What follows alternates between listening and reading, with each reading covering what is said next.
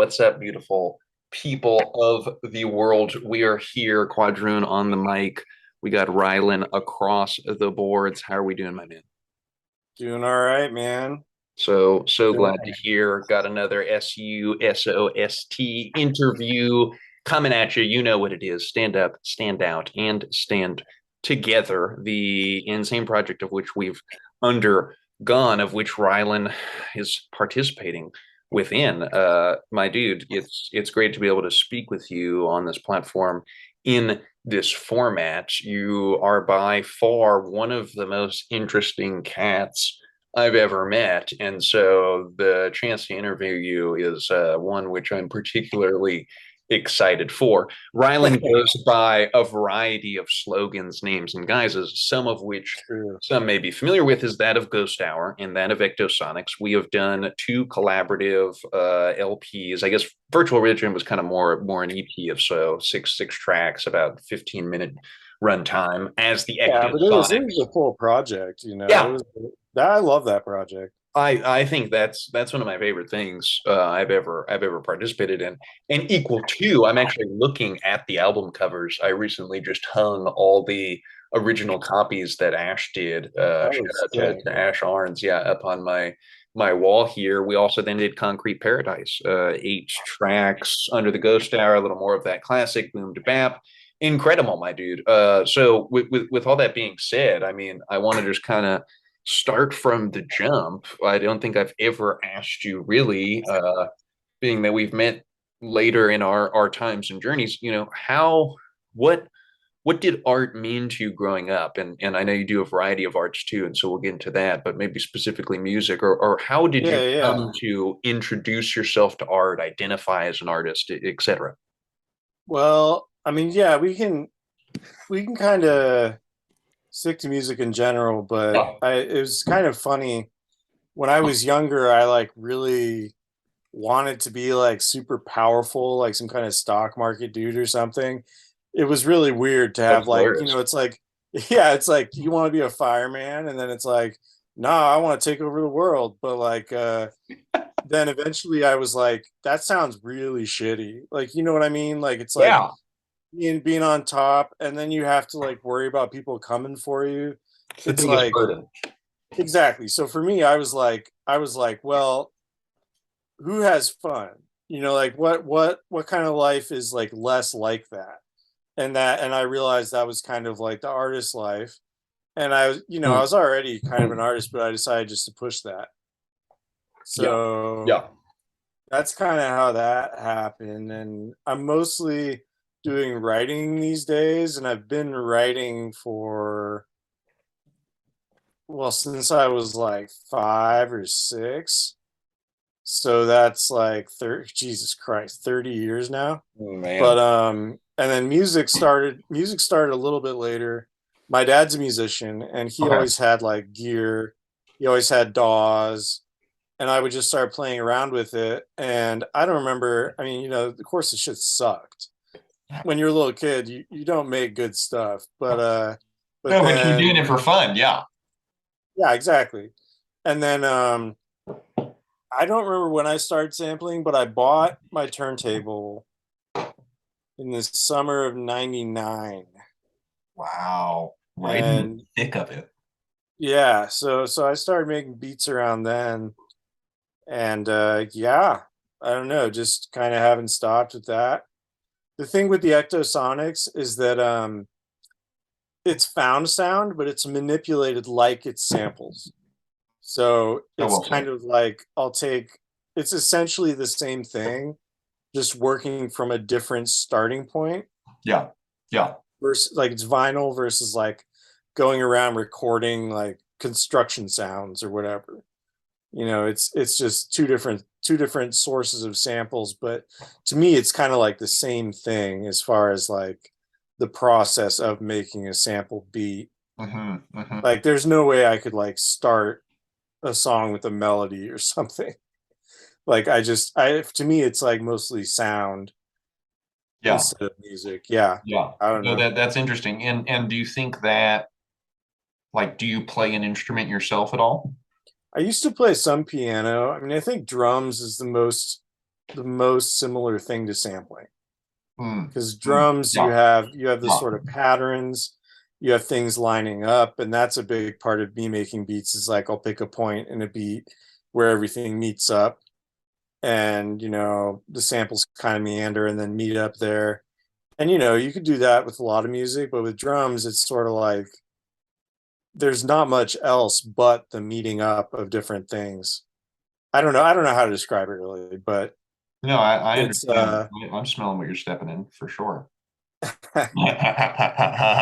No, and so I'm curious, like, yeah, for sure. do you think like do you have a moment where you made your first beat, or would you say like your beginning of production in music was that of a sampling style? Like it was originated and at that time was it associated with hip hop purely, or was it again more just kind of this free form musical DIY? Hey, I'm playing with Oh no, different. I always wanted to do hip hop. Yeah, Hip hop was always the point. yeah. And yeah, even before I started making in elementary school, I made like a rap thing for a assignment or something, Oh, that's badass.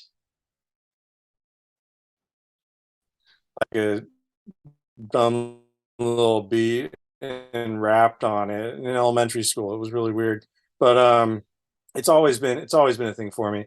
And yeah, it was I think the song there is a song that like kind of started things off for me, but it wasn't so much production, it was more like what the music was saying because I had a really serious concussion and then had a like a really gnarly hallucinogenic trip.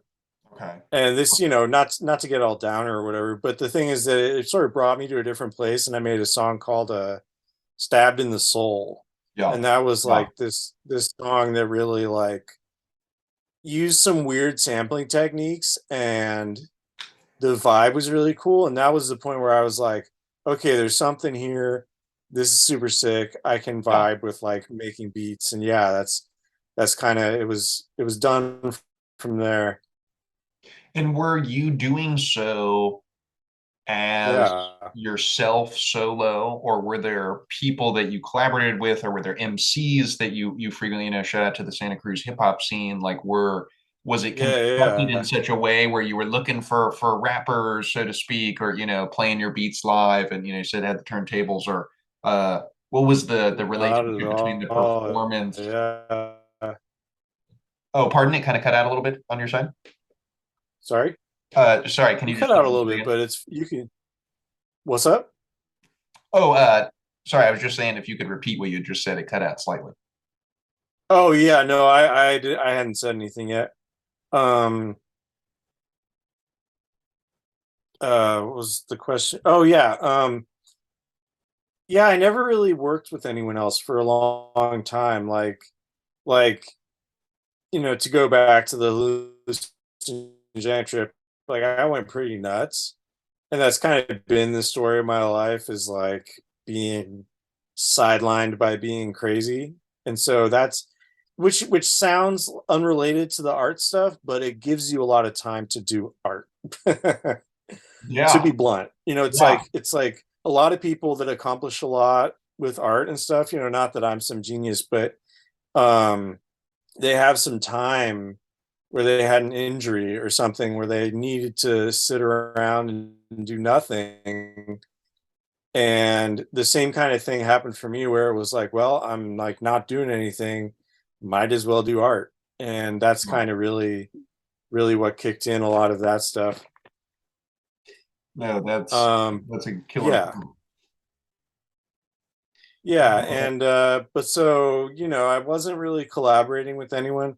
The first MC I worked with was like in 2012, which Okay, is wow. definitely a ways out from 1999. So, yeah, it was a solo thing. It was sort of, like there's a certain thing with vinyl, Yeah. buying vinyl and then finding something on it and then making a collage out of what you find on it, where it's very much like comes together in sort of a mystical way. Mm, Like mm, mm. it's like because everything is very much random, but that randomness results in the song that you're making. No, that So it's just kind of interesting. and take me through Yeah, your what's up? process a little bit. You've referenced it in terms of kind of the sourcing of the sounds and Yeah, alignments and references to it, but I'm really curious, like how do you sort through the infinite selections, so to speak, that randomness, that chaos of sounds, and where does your yeah, inspiration stem from, so to speak? Obviously, it's beyond where we know. We just kind of all of a sudden start vibing something and then start kind of making off it. But what is that yeah, part of you that's like always kind of listening to the world in terms of arranging it, and making what we call sound. And then two, how does that affect the actual technical process that you do when you create a beat, so to speak, or write yeah. a page or a short story or something? Sure, sure. Well, I mean, to be honest, writing is completely different, and now I'm getting into visual art, and that is completely different. Mm-hmm. So just to keep it to music, I think would probably be easier. Um, as far as like making beats, it really is sort of a thing where like you don't choose the beat you're making. You like have it's kind of like if a painter only had a few colors, or like two colors, and then they had to mix those colors and make a painting just out in a vibe out of just small amount of pieces. Mm-hmm. Because when you buy a bunch of records, you're not going to find that much good stuff. You might not find anything on one record. You might find like two samples on like another record. You might find, a drum sound on another record. And the question is just how do you take everything and make it into something? It's kind of like a puzzle in a way. Yeah. And yeah, it's I don't know, like trying to think of a specific fuck, what is this? I don't know. But there, it's like you find records, right? Yeah. And finding a record, I'm blanking, man. What is this? Okay, Oh so no, let's you're see. Okay, so let's see what well like the okay, so one of the drum breaks on concrete no night people, which is something we're working on right now, correct. wink wink. And one of those beats came from a the drums from that beat came from an antique mall where they had this like album that was like for like $15, and I was like, okay, $15 is a lot, Yeah. but I kind of got to get this. Like something just told me that. And Uh-huh. then it was this crazy drum break, and it was Yeah. like, yeah, it was kind of ridiculous. And one of my favorite digging stories is when I was going to I used to travel around the entire Bay Area buying records, Mm. like a lot, like hardcore. Like I went to probably over half of the record stores in the phone books in the Bay Area, Oh which is wow. like Yeah. huge. Yeah. Yeah. So that was a while ago, but that's probably when I was making the most music, was like back when I was using hardware to make beats, which was like just ridiculously difficult. so But added so to like that puzzle aspect in a it sorts. was totally a puzzle then. It was like you had to like yeah, because with a hardware sampler, you have a limited amount of music. You have a Correct. limited amount of sound time. So I mean, that's a whole other thing. But what I was going to say is that I went to this place in Half Moon Bay, this little thrift store. I was like, hey, maybe they have some records, because thrift stores will often have like a few racks of records. Correct. And Yeah. they were like, oh yeah, there are records in the back. And I went in the back, and it was like this room full of all these crazy records, like just like this room full of records. And I found like this break that is pretty uncommon. And I I listen to these songs where I use that break, Yeah. drum break for people that aren't. The drum break is where it's the drummer playing alone. Let them know, right? Yeah, yeah. Exactly. And then I listen to the beats where I use that, and I'm like, oh, I remember finding that.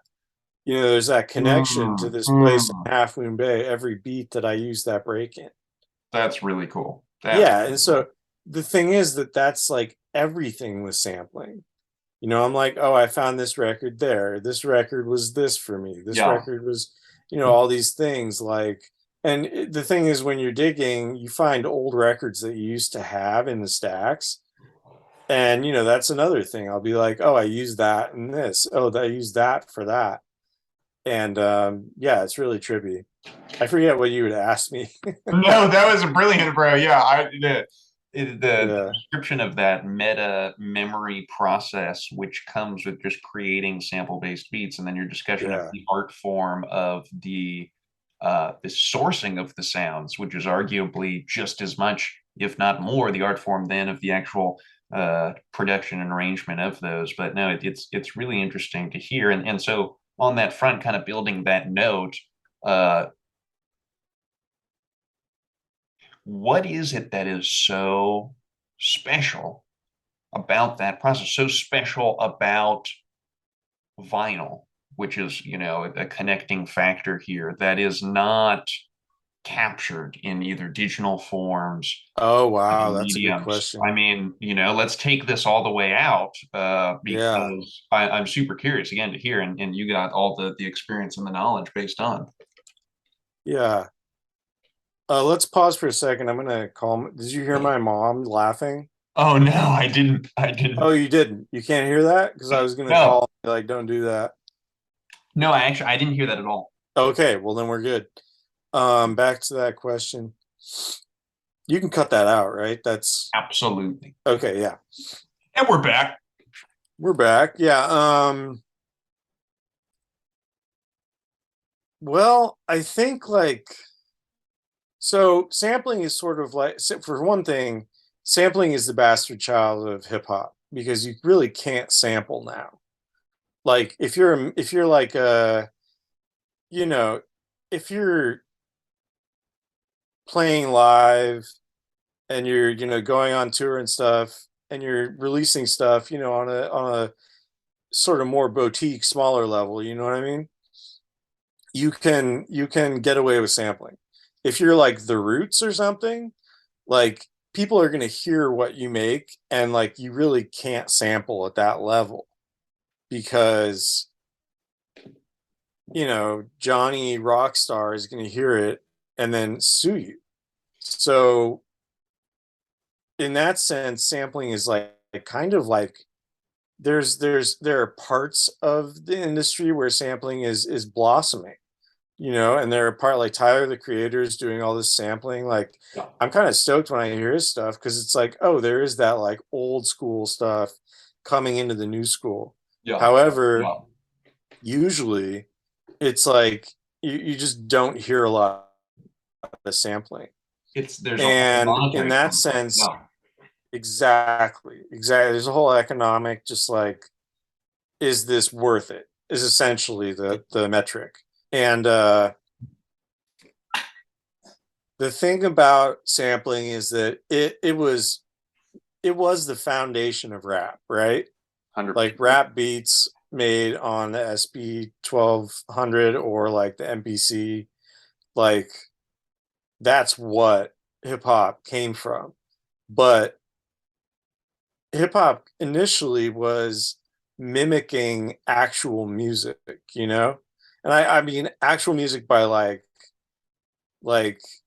musical instruments, like You've actual asked that drummers. correctly. Correct. Yes. Things that could be done live, but were captured on records.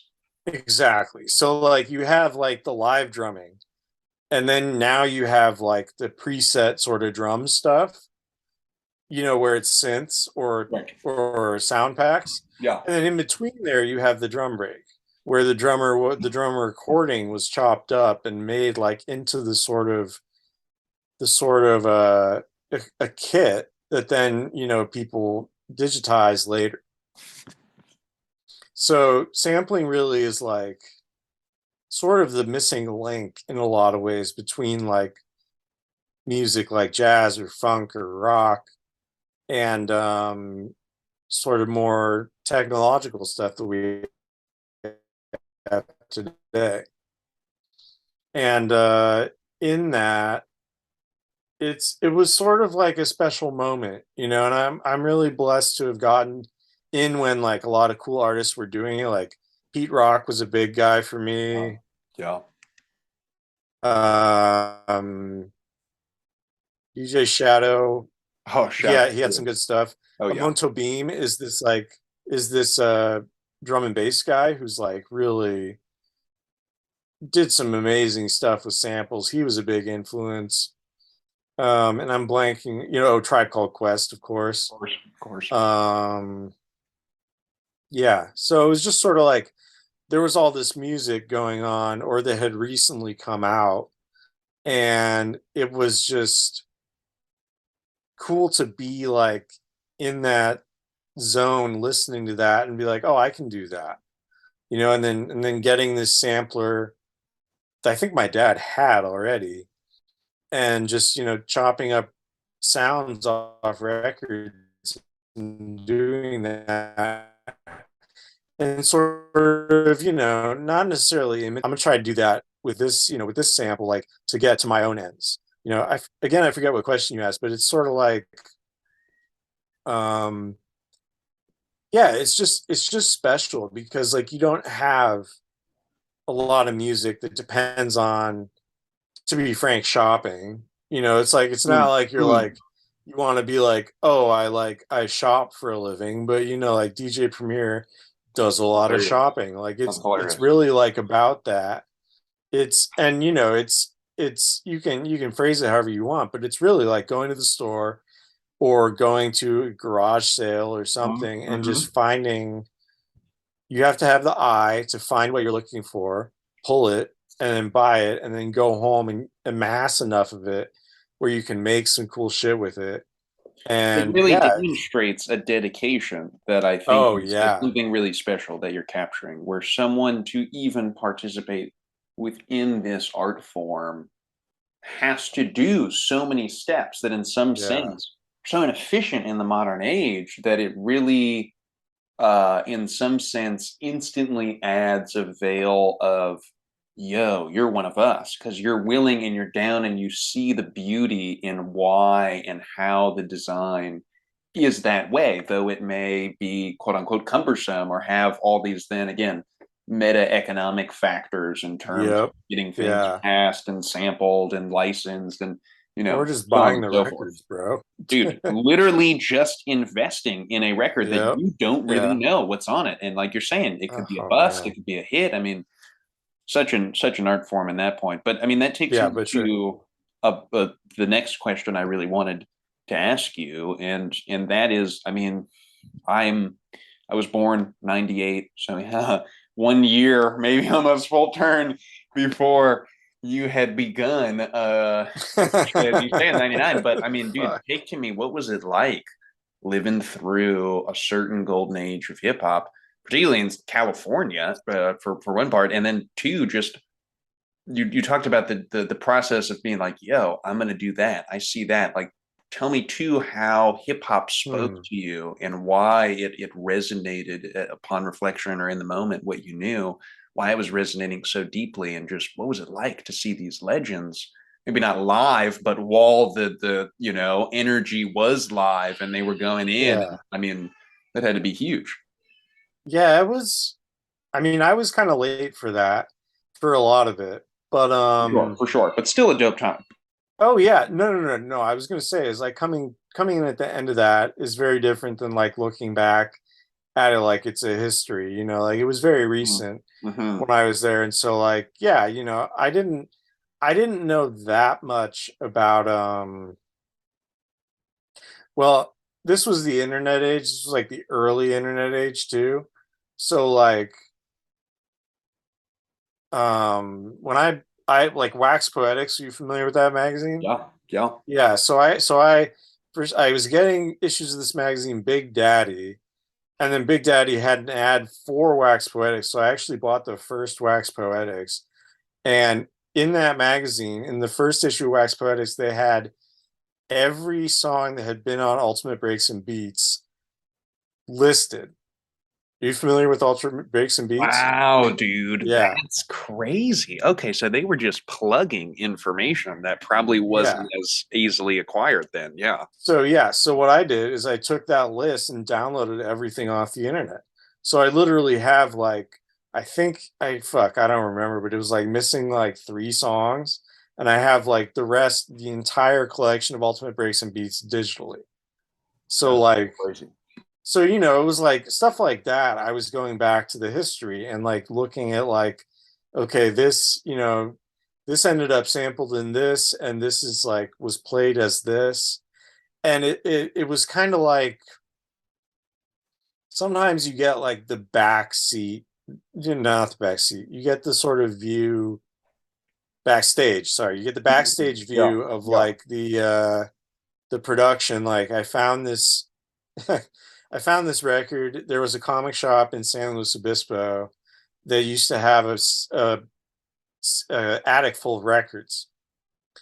And I remember I bought a record there that was a sample of that Amon Tobim sampled for one of his songs. Okay. And it was just sort of like this, like, it was a super cool little guitar riff. And then the song sucked, but it was just like this little guitar riff. Yeah, and it was just kind of like, I was like, oh, that's what he did with that. It was like, oh, he tweaked that, he like looped that part of it. Correct. And then like and so with the Ultimate Breaks and Beats, it was easy to see where people had taken these things that were on that compilation. It gave you a context, if you will, into Exactly. understanding the mind. And that, no, I mean, Yeah. no, and Yeah. you give such a great context, just the pre-internet, I mean, the beginning, the blossoming of the internet, like how this information came to every individual was so localized in those different mediums, and thus very again much has so. this quality of specialness that you really can't replicate. I mean, I just saw a little, timer come up here, and I don't want to hold it too long, so maybe a question or two more, but one that I for sure want to ask to kind of close it here is talk to me then about the internet and the impact that had not only on your life. I mean, we could talk forever about that, but on the world of music, which once again you kind of intersected, identified with right in this phase shift moment, this huge time, specifically in hip hop, obviously, but also in the world itself. I mean, how did that impact your particular music production, taste, access, etc.? I mean, you kind of. I mean, I was too late for Napster,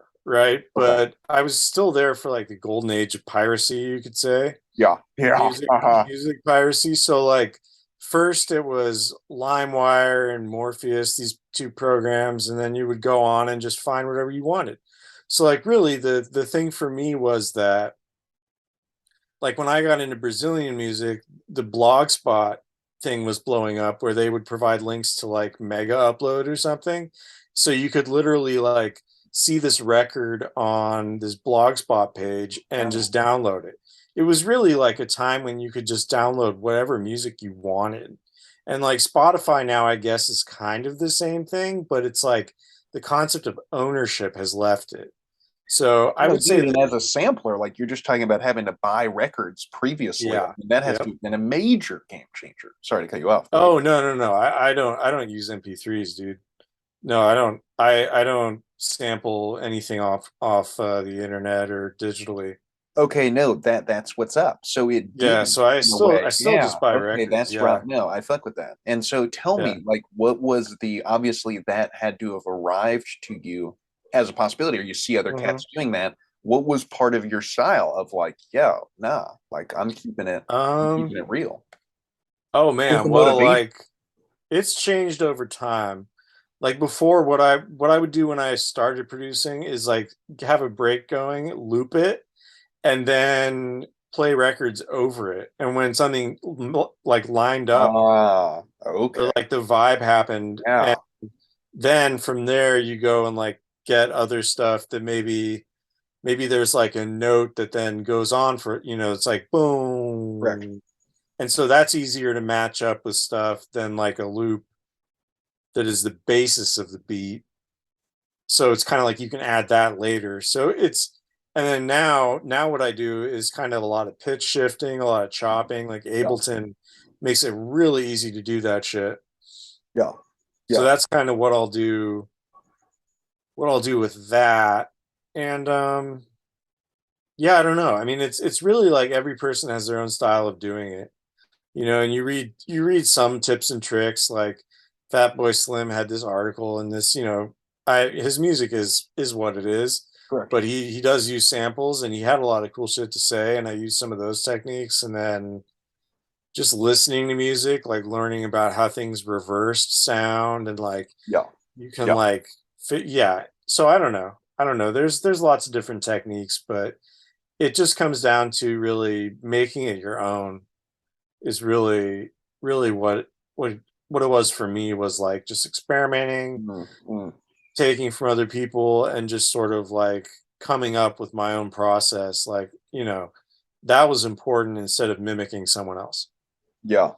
Taking inspiration from working with other sounds, but doing it in your own way. Well, you're certainly a wizard at what you do, Rylan. I don't say that as an understatement. You produce some of the craziest stuff that I've ever heard. Definitely blessed to have met and be able to work with you. And shouts. Dude. No, I'm hyped to work with you too. Multiple joints on this upcoming project. We've done some, and as you dropped, wink wink, Night People on the way. We got some more coming, my dude. And so I just want to give once again a verbal appreciation to your time and effort and energy and collaboration, being a real human, and definitely just giving me an insight. I mean, a lot of this that we shared, as I found in all these interviews, haven't asked before because we haven't played these roles. I've heard indirectly, but to hear it all in some is certainly interesting, and I'm just glad too, dude. I mean, we got to talk on these points in greater length, but I just want to give you a sec too. If there's anybody that you want to shout, or any proj, or again, yourself as a being and a humble, low key artist, I may say, in the field, and yet you got plenty of work out there. And if not, then my man, we can call it. I don't think I have much to say. I do want to give thank you to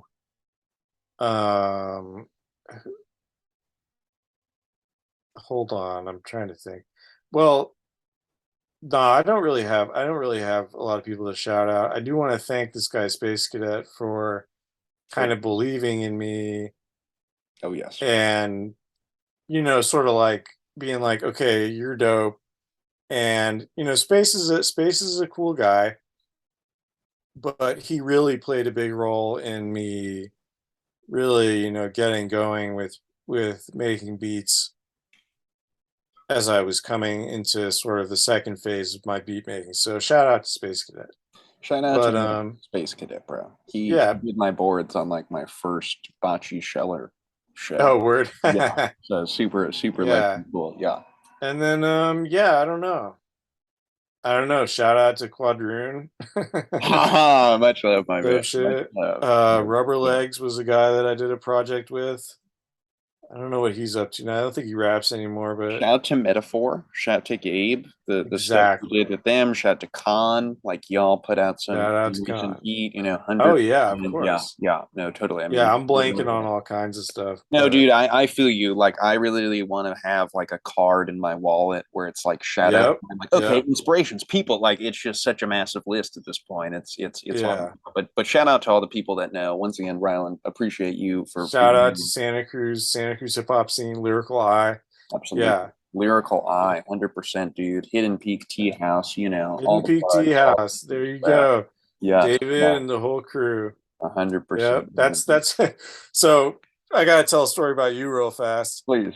So the first time I heard about you, it was because Elliot, who used to manage this place, Hidden Peak Teahouse, where you started working, was like, okay, so we had this interview, and at the end of the interview, this guy gave me his demo CD. And I was like, what the fuck? No, like, literally, dude. Okay.